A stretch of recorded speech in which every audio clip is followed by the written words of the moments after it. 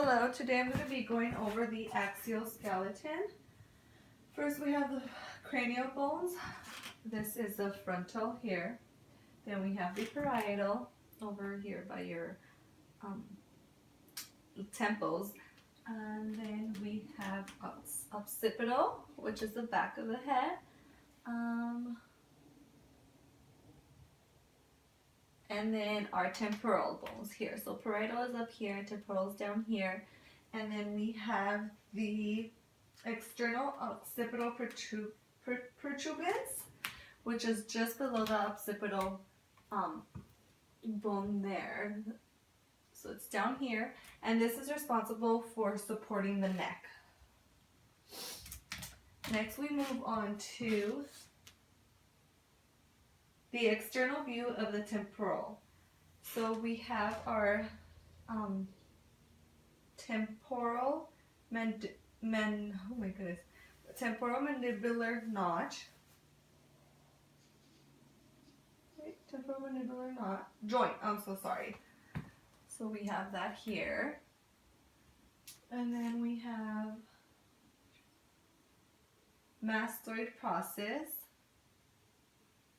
And this is the bone right here that lies here. So what do we have here? Here it is, mastoid process. Then we have styloid process, which is so the mastoid's here, oops, and then the styloid is in here. It's like a little bump thing there. Let's see, mastoid, styloid. External acoustic meatus, which is here. If you look here, there's a little hole in here. Then we have the condylar process, which is right here. So there's a jaw. This is the condylar process. Then we have the mandibular notch, which is this little groove in here. Then we have the mandibular ramus, which is just this center here. Then we have the mandibular angle, of course. So that's going to be down here. See where it kind of curves. Then we have the coronoid process, which is going to be in here. So right where the jaw line starts. So after that, we move into the internal view of the temporal bone. Let me just remove this. Okay.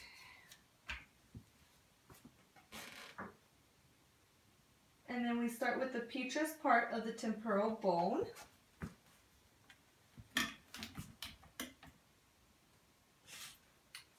So the petrous part, I'm going to remove my little friend here. The petrous part of the temporal bone, which is going to be this here.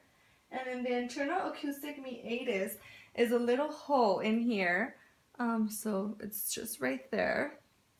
It's very hard on a fake skull or a tiny skull. So we have that. So the petrous part of the temporal bone, it houses the inner ear and the internal carotid artery. The internal acoustic meatus has 5 nerves that pass through. One of them is the cochlear nerve, superior vestibular nerve. Let's see. Now we move on to the sphenoid. Okay, so external view of the sphenoid. Put my hand down here. And the sphenoid again is going to be in here. It's going to be the sphenoid bone,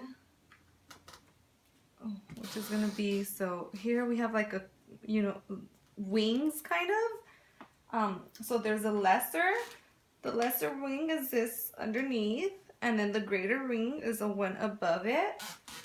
Now let's see what else it asks for. Petrous part of the temporal bone, superior orbital fissure. And through the superior orbital fissure, the trochlear nerve passes through it lacrimal and the sympathetic fibers. Let's see.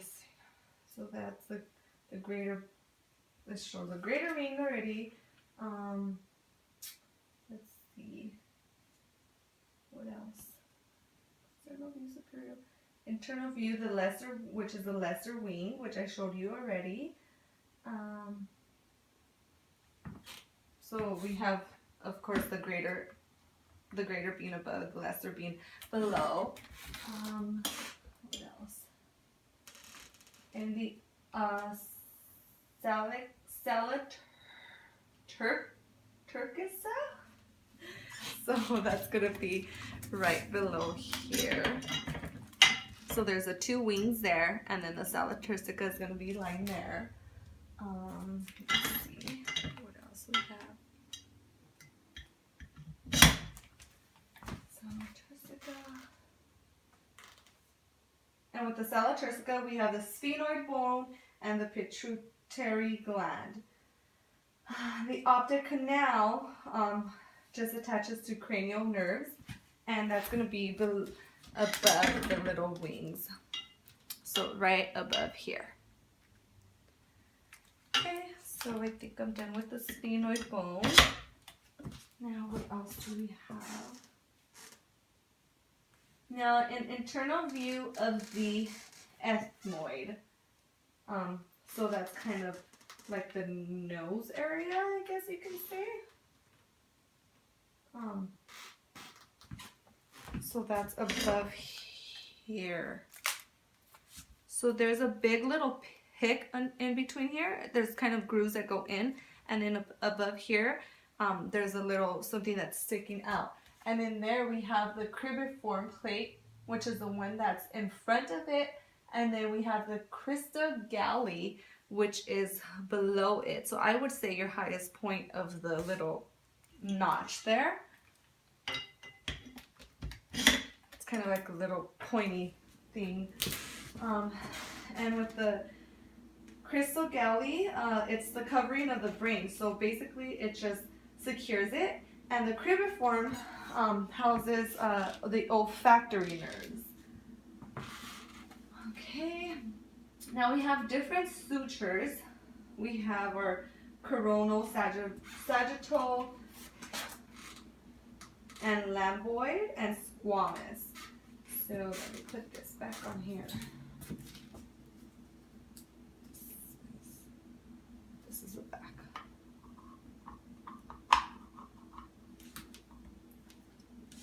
Okay. So we have our coronal suture, which lies this way. I hope that you can see it. Coronal suture just lies over here. And then we have, and so the coronal makes up the parietal and the frontal bones. And then we have the sagittal, which is, if I remove this, sagittal, just going straight across the head.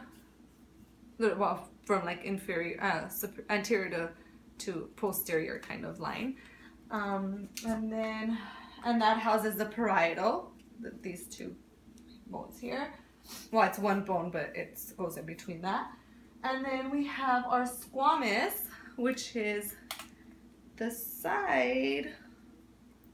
If you see here, there's a few little ridges here, and that's the squamous, and that makes up the temporal bone and the parietal. And then we have our lamboid suture, which is, if you look in back of here, there's a suture that goes around here, and that makes up the occipital bone and the parietal bone. We have our parietal and occipital. Okay, let's see.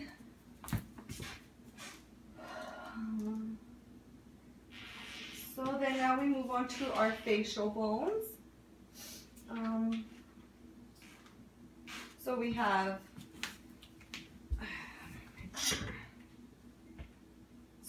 our nasal bone right above here.